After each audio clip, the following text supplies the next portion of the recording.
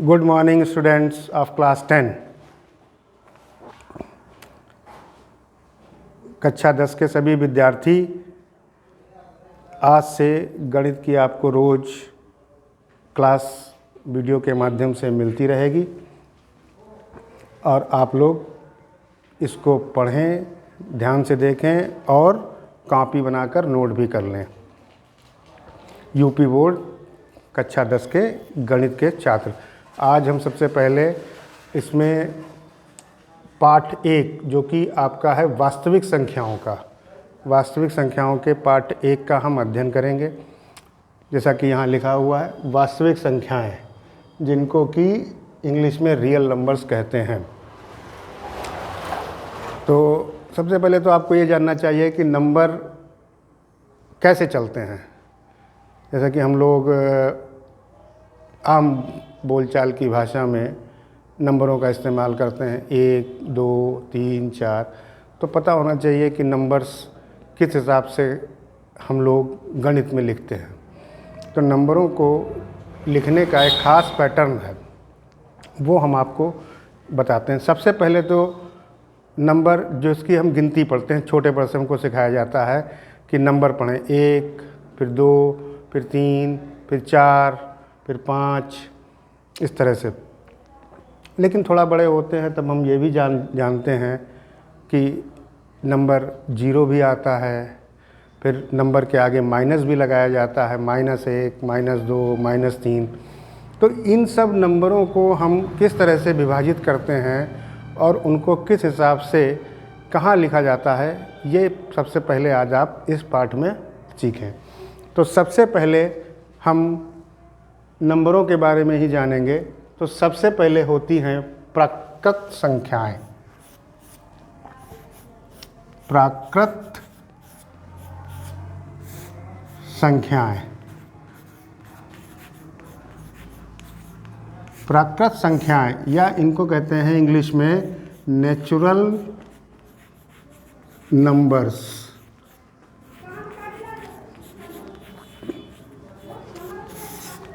इन्हीं को counting number भी कहा जाता है। काउंटिंग नंबर मतलब गिनने में जो इस्तेमाल होती हैं, जैसे 1, 2, 3, 4 से लेके जहाँ तक गिन सको, अनंत तक, जिसका कि कोई अंत ना हो। तो इसको अक्षर n से शो किया जाता है। इन सभी नंबर्स का एक जगह इकट्ठा कर देते हैं, जितने भी काउंटिंग नंबर्स हैं, 1, 2, 3, 4। तो इनको इस तरह से करली ब्रैकेट में 1, 2, 3, 4 डैश डैश डैश, और ये चिन्ह है अनंत का। अनंत का मतलब जब तक कि आप चाहें तब तक लिखते रहें। तो सबसे पहले नेचुरल नंबर या इन्हीं को काउंटिंग नंबर भी कहते हैं। तो उसका ये एक सेट कहलाता है काउंटिंग नंबर का, 1, 2, 3, 4, 5 से अप टू अनंत। फिर इसके बाद आप लोगों ने 0 भी पढ़ा होगा, तो इसमें एक नंबर और बढ़ा देते हैं, तब ये बन जाती हैं पूर्ण संख्याएं।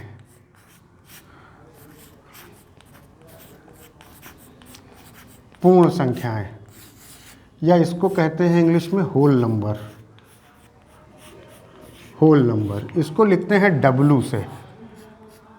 और इसमें क्या अंतर हुआ? केवल इतना अंतर है कि इसमें एक 0 और आ जाता है और सभी नंबर यही रहते हैं, 0, 1, 2, 3, 4 से लेके अनंत तक। अब देखो, ये काउंटिंग नंबर हो गए, 1, 2, 3, 4 जो हम लोग आम भाषा में इस्तेमाल करते हैं। फिर 0 भी आ गया, तो जब 0 से लेके अनंत तक नंबर पढ़ेंगे तो इनको कहेंगे पूर्ण संख्याएं, होल नंबर्स। और केवल 1, 2, 3, 4 तो प्राकृत संख्याएं या नेचुरल नंबर या काउंटिंग नंबर। फिर इसके बाद नंबर्स सब लोग कक्षा 8 तक पढ़े होंगे, जाने होंगे कि नंबर माइनस में भी लिखे जाते हैं। तो हम माइनस वाले नंबर्स को भी हम देखते हैं। इनको कहते हैं पूर्णांक। पूर्णांक या अंग्रेजी में इनको कहते हैं इंटीजर्स। इंटीजर्स इसको I से लिखते हैं। अब देखो, 0, 1, 2, 3, 4 से लेके अनंत तक। ये तो वही नंबर आ गए जो ऊपर हम लिख चुके हैं। ये तो नंबर सभी 1 से लेके आगे तक सब धनात्मक, फिर 0, फिर 0 से छोटे मतलब पीछे की ओर आप जब आएंगे तो -1, -2, -3 ऐसे चलते चले जाएंगे अनंत तक। तो ये नंबर किस तरह के हो गए, माइनस के भी नंबर इसमें आ गए, 0 आ गया और ये इधर प्लस के नंबर आ गए। तो पूर्णांक में 2 प्रकार के नंबरों का समावेश होता है। एक तो धनात्मक नंबर सभी पूर्णांक और उन्हीं पूर्णांकों का ऋणात्मक और 0। तो इन नंबर्स को हम कहते हैं ये पूर्णांक हो गए। ठीक है, तो अभी तक हमने सब जाना कि natural number means counting number 1 2 3 4 5, फिर पूर्ण संख्या जिसमें 0 बढ़ गया। तो ये जो सेट बना 1 2 3 4 से, फिर उससे बड़ा सेट ये बन गया 0 से 1 2 3 4 अनंत तक, फिर उससे बड़ा ये पूर्णांक का, क्योंकि इसमें माइनस वाले नंबर भी आ गए। फिर इसके बाद आता है अगला, ऊपर का मैं मिटा देता हूं।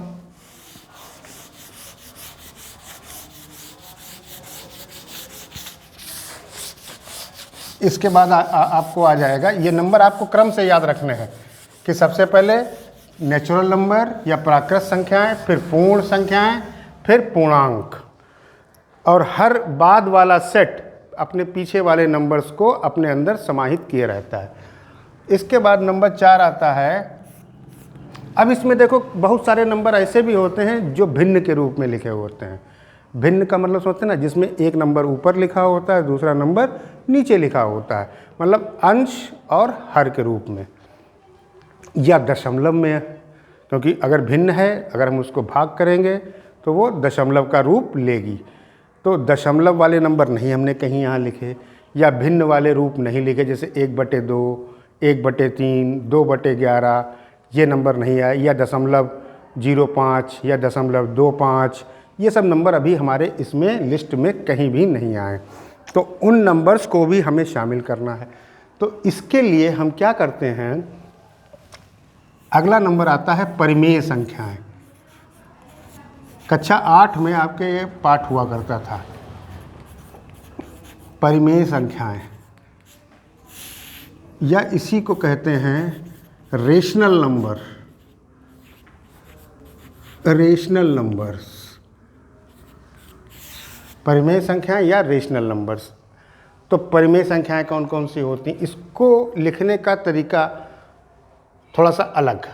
परिमेय संख्याओं को सबसे पहले क्यू से हम शो करते हैं, अक्षर अंग्रेजी का क्यू है, उससे हम दिखाते हैं तो पता चलता है ये परिमेय संख्याएं हैं। तो परिमेय संख्याएं, जितनी भी प्रकार की परिमेय संख्याएं, उन सभी को हमने एक अकेला सिंबल दे दिया x, कि x क्या है, x एक परिमेय संख्या है और वो कोई भी हो सकती है। मतलब x का मान 1/2 भी हो सकता है, 0.25 भी हो सकता है, 3/11 भी हो सकता है, 2/11 कुछ भी हो सकता है।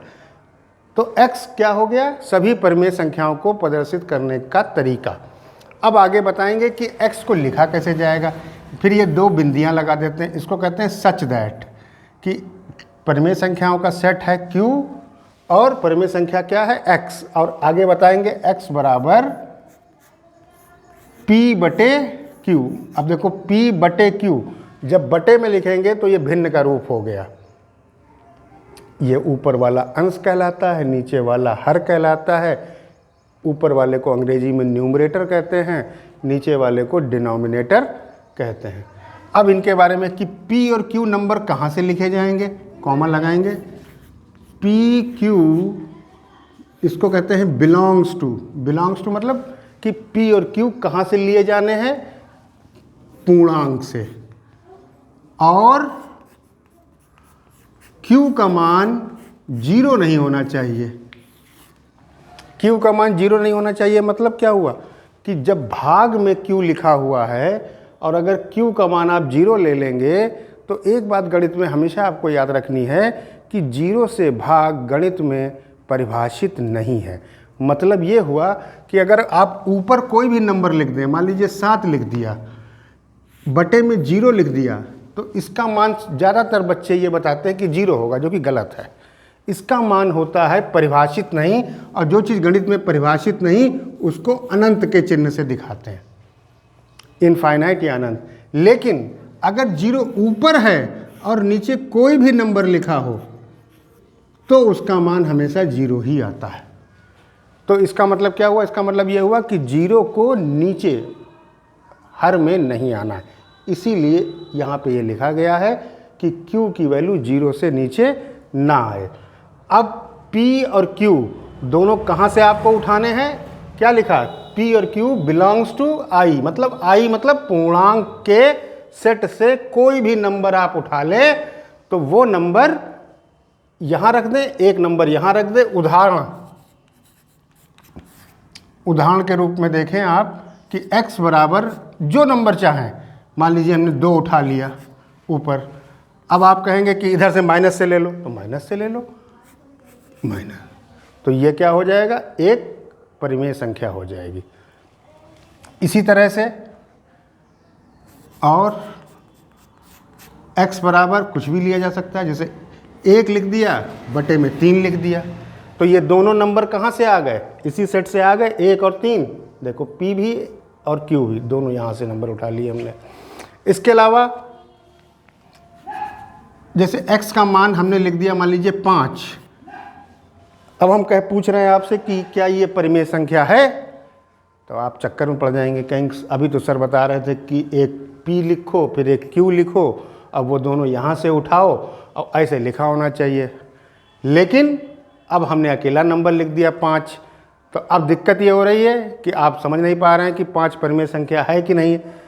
तो बिल्कुल दिक्कत वाली बात नहीं है। 5 के नीचे अगर बटे में 1 लगा दें हम, तो इसका मान हमेशा 5 ही रहेगा, क्योंकि 5 को 1 से भाग करोगे तो 5 ही आता है।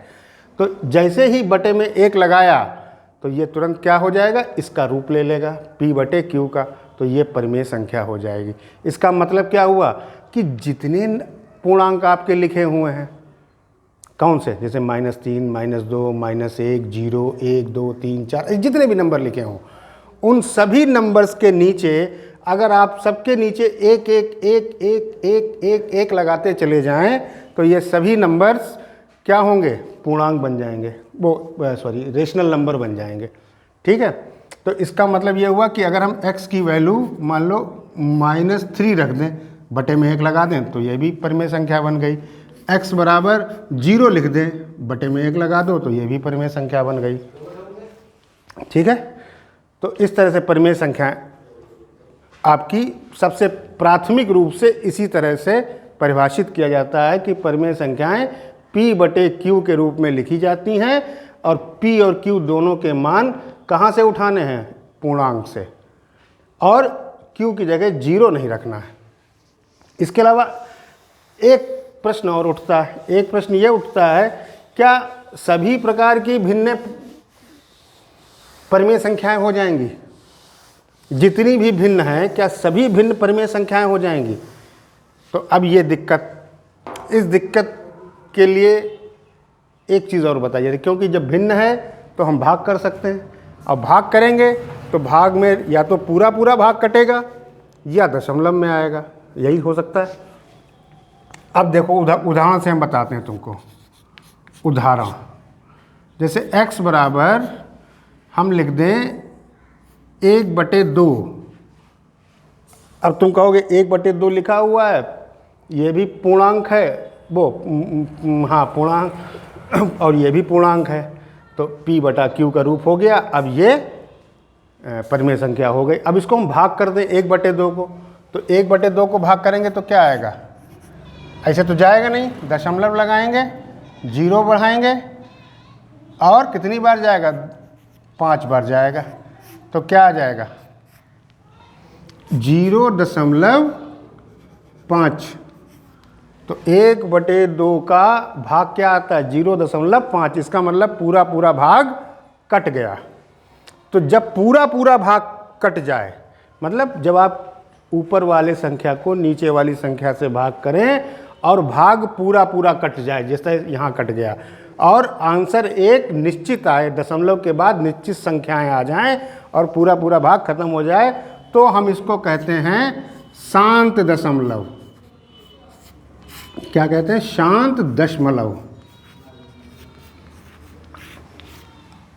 अब दूसरी स्थिति यह है कि ये पूरा पूरा ना कटता, जैसे मान लीजिए 1/3 लिख दिया हमने। अब 1/3 को जब हम भाग करेंगे तब देखते हैं क्या आता है। ये 1 लिख दिया और यहाँ 3 से भाग कर रहे हैं, न जाने का 0, फिर दशमलव लगा दिया तो हम 0 बढ़ाने के लिए अधिकृत हो गए। 10 आ गया, पहाड़ा पढ़िए, 3 तियाँ 9, ठीक। 1 बचा, दशमलव लगा है, 0 बढ़ा दीजिए, फिर 3 तियाँ 9, 1 बचा, दशमलव लगा है, 0 बढ़ा लीजिए, 3 तियाँ 9, दशमलव लगा है, 0 बढ़ सकता, बढ़ा लिया, 3 तियाँ 9। ऐसे ये भाग चलता रहेगा, ये तो भाग कभी ख़त्म नहीं होगा। तो भाग की एक ये भी स्थिति है कि ऐसा कि परिमेय संख्या जिसको कि हम कह रहे हैं 1/3, p का मान 1 है, q का मान 3 है, और जब हम भाग करके देख रहे हैं तो भाग हमारा कट नहीं रहा है, ख़त्म नहीं हो रहा है भाग। जब भाग ख़त्म नहीं हो रहा है तो इसको हम ऐसे लिखेंगे 0.3333, और आगे करते जाएं तो फिर बढ़ता जाएगा, तो डैश डैश कर दिया। तो अब इस भाग की एक ख़ास बात देखो, इस भाग की ख़ास बात क्या है कि ना तो ये ख़त्म हो रहा है, मतलब ख़त्म होने का मतलब कि पूरा पूरा कट नहीं रहा है, ठीक है, भाग ख़त्म भी नहीं हो रहा है, और एक अंक बराबर रिपीट हो रहा है, बार बार आ रहा है। तो जब इस तरह की स्थिति बने कि ना तो भाग ख़त्म हो और अंक रिपीट हो, तो इसको कहते हैं अशांत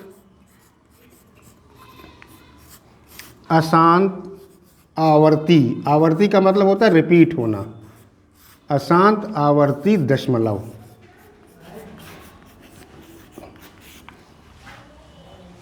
तो किसी भी परिमेय संख्या को इन 2 रूपों में हम प्रदर्शित कर सकते हैं। वो 2 रूप कौन से हैं कि परिमेय संख्या को अगर हम भाग करें और भाग करने पर पूरा पूरा भाग कट जाए, दशमलव में भी पूरा पूरा कट जाए, तो वो शांत दशमलव कहलाता है। और अगर पूरा पूरा नहीं कटे तो अशांत दशमलव कहलाएगा, लेकिन उसके लिए शर्त यह है कि नंबर रिपीट होना चाहिए, दशमलव के बाद एक एक नंबर रिपीट हो। कहीं कहीं इस तरह के भी आएंगे कि 2-2 नंबर रिपीट हो रहे होंगे, 3-3 नंबर रिपीट होते हैं। तो रिपीट होने चाहिए, चाहे 2 का बंच रिपीट हो, चाहे 1 हो, चाहे 2 का बंच हो, चाहे 3 का बंच हो, या 4 नंबर्स का बंच हो। मतलब बंच समझ रहे हैं ना, कि एक एक नंबर रिपीट हो, या 2-2 का जोड़ा एक साथ रिपीट हो, या 3-3 का जोड़ा रिपीट हो, लेकिन रिपीट होना जरूरी है। तो रिपीट को ही हम कहते हैं आवर्ती। तो ऐसी भिन्न जिसको कि भाग करने पर दशमलव में जब उसका उत्तर आए तो दशमलव के बाद अंक रिपीट हो और भाग खत्म भी ना हो, तो वो भिन्न परिमेय संख्या हो जाती है। ऐसी भिन्न जिसका कि भाग करने पर दशमलव में पूरा पूरा कट जाए, तो वो क्या कहलाता है? शांत दशमलव। तो उस भिन्न को भी हम परिमेय संख्या कहते हैं। अब तीसरी स्थिति और है। तीसरी स्थिति क्या है कि ऐसी भिन्न जिसको कि हम भाग करें, ना तो वो रिपीट हो और ना ही खत्म हो, तो वो जो भिन्न होगी वो परिमेय संख्या की श्रेणी में नहीं आएगी। तो परिमेय संख्या, किसी भी परिमेय संख्या को जानने का सबसे आसान तरीका ये है कि उसको भाग करके देखा जाता है कि वो शांत दशमलव है या अशांत और आवर्ती है। अगर इन दोनों में से कोई भी एक हो गया तो वो भिन्न परिमेय संख्या कहलाएगी। इसके अलावा जितने भी पूर्णांक हैं, मतलब इंटीजर हैं, उनके नीचे 1 लगा दो तो वो सभी परिमेय संख्याएं हो जाती हैं। तो इसका मतलब ये हुआ कि परिमेय संख्या का जो सेट होता है वो काफ़ी बड़ा होता है। क्यों? क्योंकि उसमें सारे पूर्णांक आ जाते हैं और फिर ये इस तरह की भिन्न भी आ जाती हैं जो या तो शांत दशमलव का रूप दिखाती हैं या अशांत और आवर्ती दशमलव का रूप दिखाती हैं। ठीक है। इसके अलावा अभी बताया कि तीसरा जो अशांत भी हो, अशांत का मतलब भाग पूरा खत्म ना हो और आवर्ती भी ना हो, तो उनको कहते हैं नंबर 5 अपरिमेय संख्याएं। इंग्लिश में कहेंगे इर्रेशनल नंबर। अब इसको Q0 से लिखते हैं और इसके लिए क्या परिभाषा लिखी जाती है? इसके लिए परिभाषा लिखी जाती है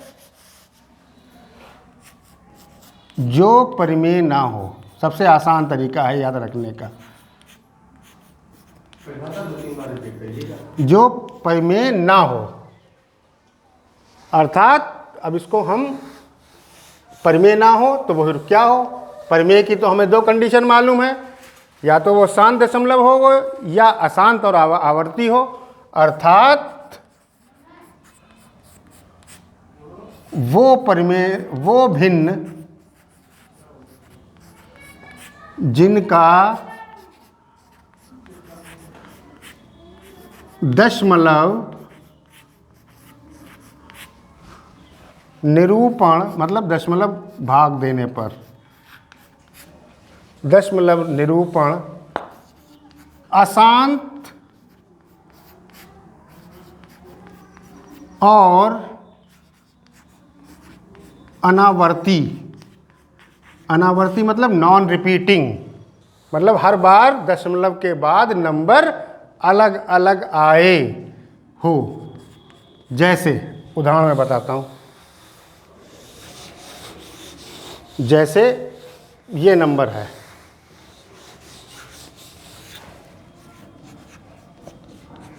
जैसे x बराबर 0.101 001 0001 00001 ऐसे बढ़ता चला जाए। अब देखो हर बार नंबर इसमें अलग अलग आ रहा है, बढ़ रहा है। या इस तरह का भी नंबर x बराबर वर्गमूल 2, वर्गमूल में 3, वर्गमूल में 5, x बराबर पाई, ये सभी अपरिमेय संख्याएं होती हैं। ये सभी अपरिमेय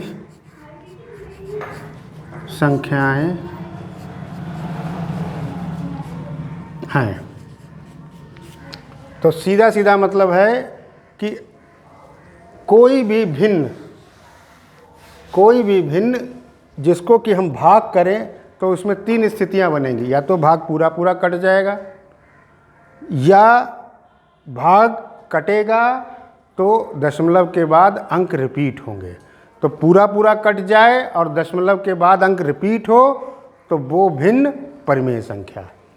पूरा पूरा न कटे और दशमलव के बाद अंक भी रिपीट ना हो, हर बार अंक बदल बदल कर आए, तो वो अपरिमेय संख्या है।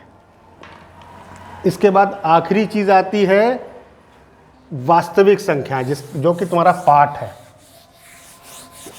वास्तविक संख्याएं नंबर 6, वास्तविक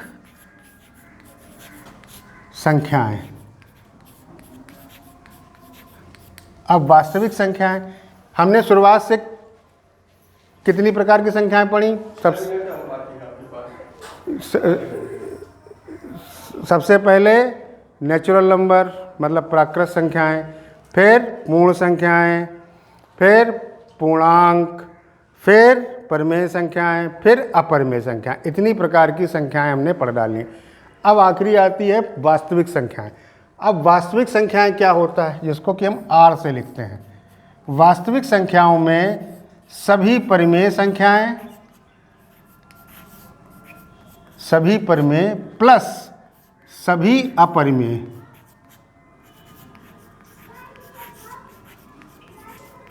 संख्याएं, ये सभी प्रकार मतलब आपने अभी तक जितना भी पढ़ा ऊपर से, 1 से लेके 5 नंबर तक। 1 नंबर पे था प्राकृत संख्याएं, 2 नंबर पे पूर्ण संख्याएं, 3 नंबर पे पूर्णांक, 4 नंबर पे परिमेय संख्या और 5 नंबर पे अपरिमेय संख्याएं। तो 5 प्रकार ऊपर आ गए। तो पांचों प्रकार को एक साथ एक जगह इकट्ठा कर देते हैं तो उसको कहते हैं हम वास्तविक संख्याएं, और इसको हम रियल नंबर कहते हैं। रियल नंबर का आर यहाँ लिख दिया, आर सिंबल से दिखाते हैं। तो इसका मतलब ये हुआ, ध्यान से देखें तो सबसे छोटा n का था प्राकृत संख्याओं का सेट, सबसे छोटा सेट था n का प्राकृत संख्याओं। उससे बड़ा सेट था पूर्ण संख्याओं का w, फिर उससे बड़ा था पूर्णांक मतलब इंटीजर i, फिर उससे बड़ा था q परिमेय संख्या। ये तो सब एक के अंदर एक हो गए कि प्राकृत संख्या मीन्स नेचुरल नंबर, उससे बड़ी होल नंबर, उससे बड़े इंटीजर या पूर्णांक, उससे बड़े परिमेय संख्याएं। तो उसका मतलब अगर हम परिमेय संख्याएं कह दें तो ये सभी आ जाएंगी उसके अंदर। और इसके अलावा प्लस अपरिमेय संख्याओं का सेट जिसको कि हमने Q0 कहा, क्योंकि इसमें वो नंबर आते हैं जिनका कि दशमलव निरूपण अशांत और अनावर्ती होता है। इन सभी नंबर्स को एक साथ मिला दो तो ये सभी नंबर्स का सेट जो पूरा तैयार हो गया बड़ा सा, इसको कहते हैं रियल नंबर का सेट या वास्तविक संख्याएं। आपका पाठ इसी पर आधारित है, वास्तविक संख्याएं। इसका तात्पर्य ये हुआ कि आप जितनी भी प्रकार की संख्याएं किताबों में देखते हैं, पढ़ते हैं, समझते हैं, जितनी भी प्रकार की संख्याएं लिखी हैं वो सभी संख्याएं वास्तविक ही होती हैं। अब बात क्लियर हो रही है? तो इतना आप लोग उतारें, आगे की बात कल। ठीक, थैंक यू।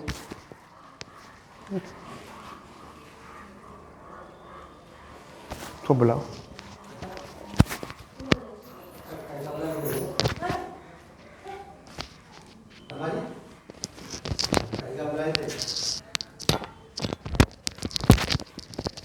पढ़े का